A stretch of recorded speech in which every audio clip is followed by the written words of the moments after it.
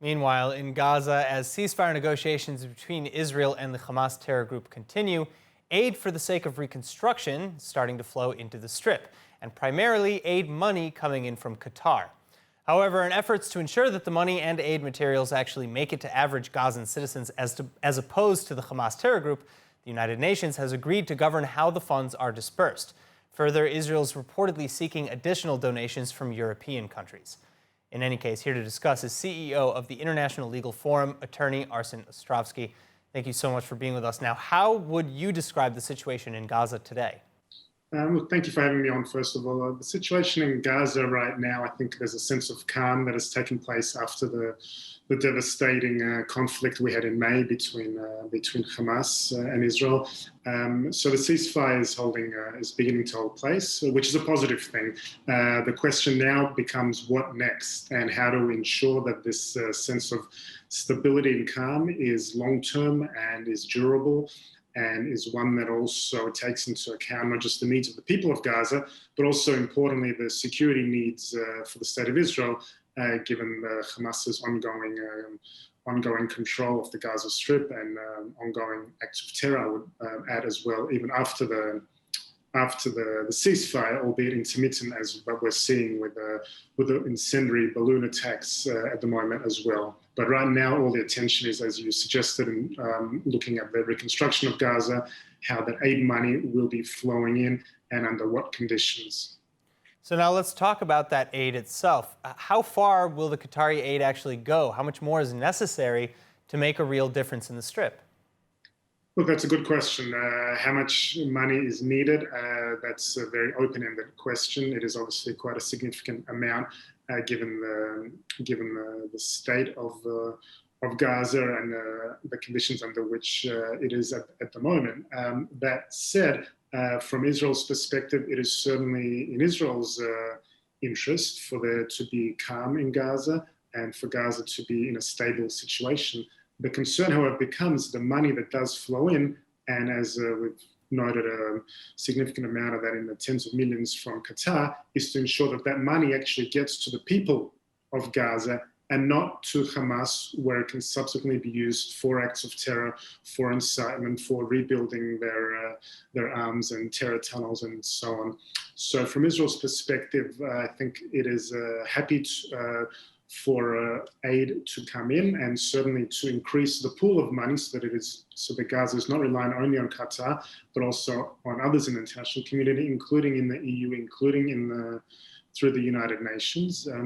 But for there to be two things. One, for there to be some kind of mechanisms in place to ensure that that money does go to the people of Gaza and not end up in the hands of Hamas and where it can be used for acts of terror, number one. And number two, Israel is looking to tie in any aid that does go in to be conditional in some respects on the retrieval of the Israelis that are being held captive by the Hamas, with two civilians and also the bodies of two soldiers as well. So for that to also form part of the equation. All right, well, as you've hinted, the United Nations and EU have a bad track record, like Hamas funding, allowing money to go to pay for slay, UNRWA education materials, including hate and glorification of terror, weapons found in UN-affiliated offices and schools. So what safeguards are there or will there be to ensure that the aid goes to where it needs to go? How can we trust that the EU and the UN aid will be better conditioned than it was in the past? Look, that's a great question, and I think those details are being worked out at the moment. There are certainly a lot of concerns at the moment. We've seen a lot of money that has come from the EU that has ultimately been used by the Palestinian Authority and others for payment of salaries of terrorists.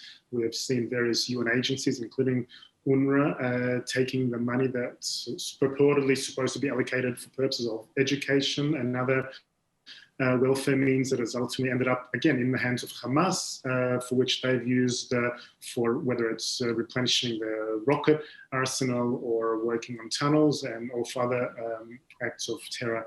So that's a great question, and I would hope that that is certainly a primary concern, as I'm sure it is, in terms of how to ensure that money ultimately goes to the people of Gaza and not end up in the hands of Hamas. There are a number of ways that can be done. There are a number of multilateral agencies that money can go, for example, to particular projects, which is important, and not to, for example, to the leadership of the Hamas or the PA, where we know that it can be used for other purposes. There can be observers, for example, monitoring in terms of how that money is divided and for what needs and purposes it is going to as well.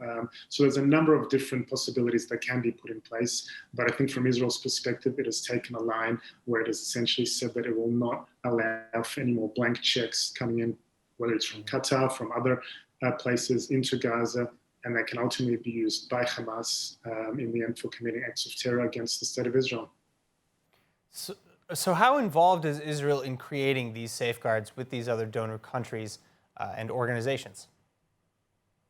Well, I mean, Israel is involved to a very, obviously, very intricate level. In the coming days, there will be a meeting of the Ad Hoc Liaison Committee, which is the group of the international community, specifically from the EU and other countries as well, whose primary focus is the issue of the reconstruction of Gaza.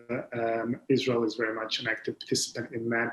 And from what I understand also, that the Israeli government is in negotiations both with the EU and also with the UN and its different agencies to discuss how to get that money to for those purposes that it is needed for, and not funneled for use of terror, violence, and incitement. So Israel certainly has a strong interest in maintaining the calm. It wants Gaza to be obviously not just peace with the people of Gaza, but for Gaza to be economically stable and for the people there to have the opportunity to thrive. But that can only happen if the money goes towards them and not into the hands of Hamas.